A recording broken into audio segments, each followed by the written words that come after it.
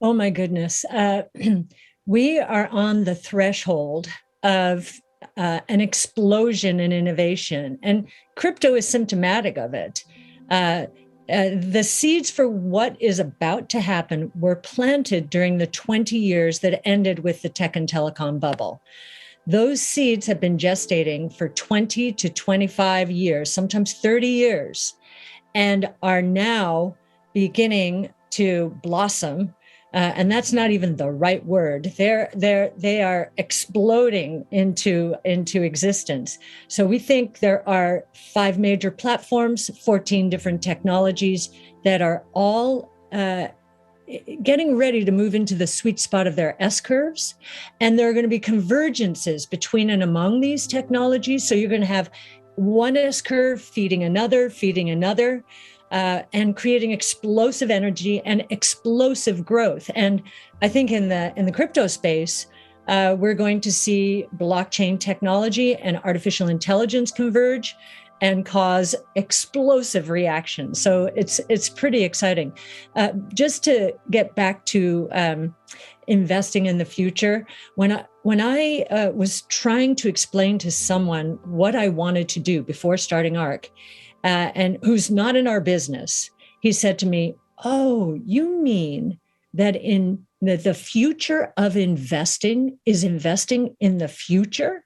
And I said, "You got it." Well, now, when I started in the business, that's the only way people thought about investing. And then we went through the tech and telecom bust, and then the 08-09 meltdown, and we ended up with huge risk aversion in the markets and a tendency to invest very much like the broad-based indices out there. In other words, not adding much more value than the indices themselves. And the indices are where they are because of what has happened historically. The largest companies, the most heavily weighted companies in these indices are there because of their past success. But if we're right, and all of this disruptive innovation is about to explode, well, they are in harm's way. Yes, well, this chart was drawn by Brett Winton, or developed by Brett Winton, who's our director of research. And he was working with academic literature to try and understand what would be the productivity or the impact on productivity of the combination of these platforms.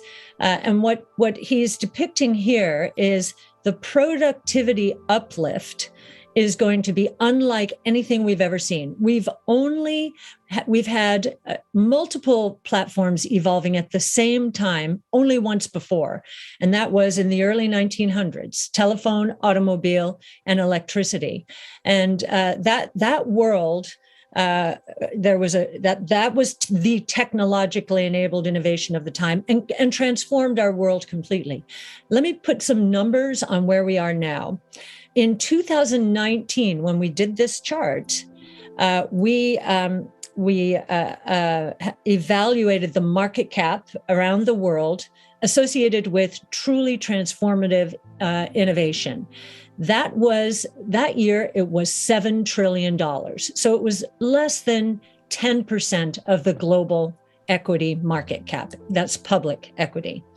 The next year, last year, that doubled to 14 trillion. And we did have a very good year last year. We believe that in the next 5 to 10 years, that number is going to north of $100 trillion. But what we're not saying when so that's the upside. The downside will be in the broad-based benchmarks, which have been beneficiaries of the traditional world order and are now going to be disrupted and disintermediated.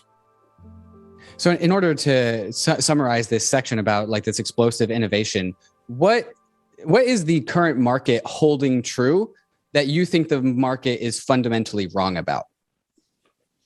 I think the pace of innovation and the convergence between and among these platforms. Most investors have never seen exponential growth. Well, they recall seeing it once. It was during the tech and telecom bubble, and that ended badly. And that's why there's been this allergic reaction to innovation and high valuations. Most investors have a 1-year time horizon, maybe 18 months. We have a 5-year investment time horizon. The early years of exponential growth, when we're at low numbers in terms of the base, the numbers don't look that much different from linear growth. But when you go out 5 years, the difference between exponential, so revenue growth rates in the 25 to 50% range per year, and let's say GDP growth, which might be 5% at best, night and day. And I think what gives us the differentiation is our starting point. We start from the top down, trying to size markets. And we center our research on something called Wright's Law. Wright's Law is a relative of Moore's Law. Moore's Law is a function of time. Wright's Law is a function of units. And actually, Wright's Law has worked better in the semiconductor industry than Moore's Law itself during the last few years. And so that's how we get to numbers like the electric vehicle space, 2.2 million last year, but the costs are dropping to such an extent now that we think that number is going to 40 million, almost half of the global cars sold in 5 years, actually more like 4 years now. No one has that kind of accelerated growth in their models. They've never seen it before, so they're not modeling it in the future. But Wright's Law is a very good guide. Just to hop in and emphasize this point, because I'm sure Yassine and I both have built these Wright's Law models. Cathie's saying, like, as you increase the units of production, there's a certain cost decline curve to that technology. And so that's a lot of Ark's work of being able to predict out 5-10 years. What are the costs of these things going to be based on the units produced? There's this other thing that was coming to my mind as Cathie was talking. And Elon Musk has this line of fate loves irony, which always messes up my head. But when I think about how backward looking a lot of traditional finance has become, that comes at the same time, and the backwards looking is, as Cathie's saying, focusing on indices and investing based on the past. That's happening at the same time that the world is changing at an accelerating rate. And so there is this tragic irony that people are more and more backwards looking in their investing, at least institutions are, while the opportunity is getting larger and larger in the future. And I think that what's great about that actually is it opens up a space for retail. Ark is predominantly, I think, retail favored with growing institutional respect. And I think that will only grow over time. But the opportunity is really for retail to catch up to institutions. You guys say front run the opportunity, but it's just retail being future looking while the institutions are backwards looking. There's lots of people who are willing to, trash what you're doing. And Cathie, you have some haters too. There's an anti-Cathie Wood ETF out there. I've heard critics call what you're doing unprofitable tech. That's what they call your sector.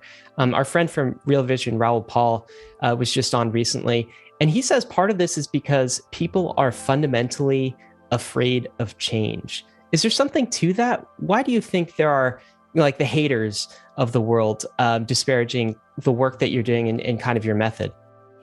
Actually, I feel very comfortable when I'm in that kind of situation. If everybody loved what we were doing and they were chasing it, I'd feel much less comfortable. So I'm kind of used to it. I've faced it actually inside the traditional world as well, as I became an otter and otter duck, and my counterparts were becoming more benchmark sensitive. So, it was kind of, seemed like to them at least, rebellious. So are they afraid of change? I think there's muscle memory associated, certainly at the high level management, associated with the tech and telecom bubble. And many equity leaders went down and basically ceded power to the fixed income market. So many of the leaders of financial firms came out of the fixed income world because of the tech and telecom bust. Many equity leaders lost their jobs then, and then again, 08, 09. And so you have this very conservative group of people who really haven't managed equities ever, and actually understand more benchmark sensitivity, since that's how that world works. And I suppose this just seems like, again, an odd duck running around with her head cut off. They're not willing to look at the kind of research we're doing, which we provide freely out there. In fact, we provide our Tesla model, right? And to help to educate people, saying, look, we've done the research that supports these numbers. And I think the biggest surprise to me is that giving the research away, spoon feeding them with the models has not changed much. But I think it will change. We're just going to keep, if we are right, then those who are wedded to benchmarks are going to lose their jobs.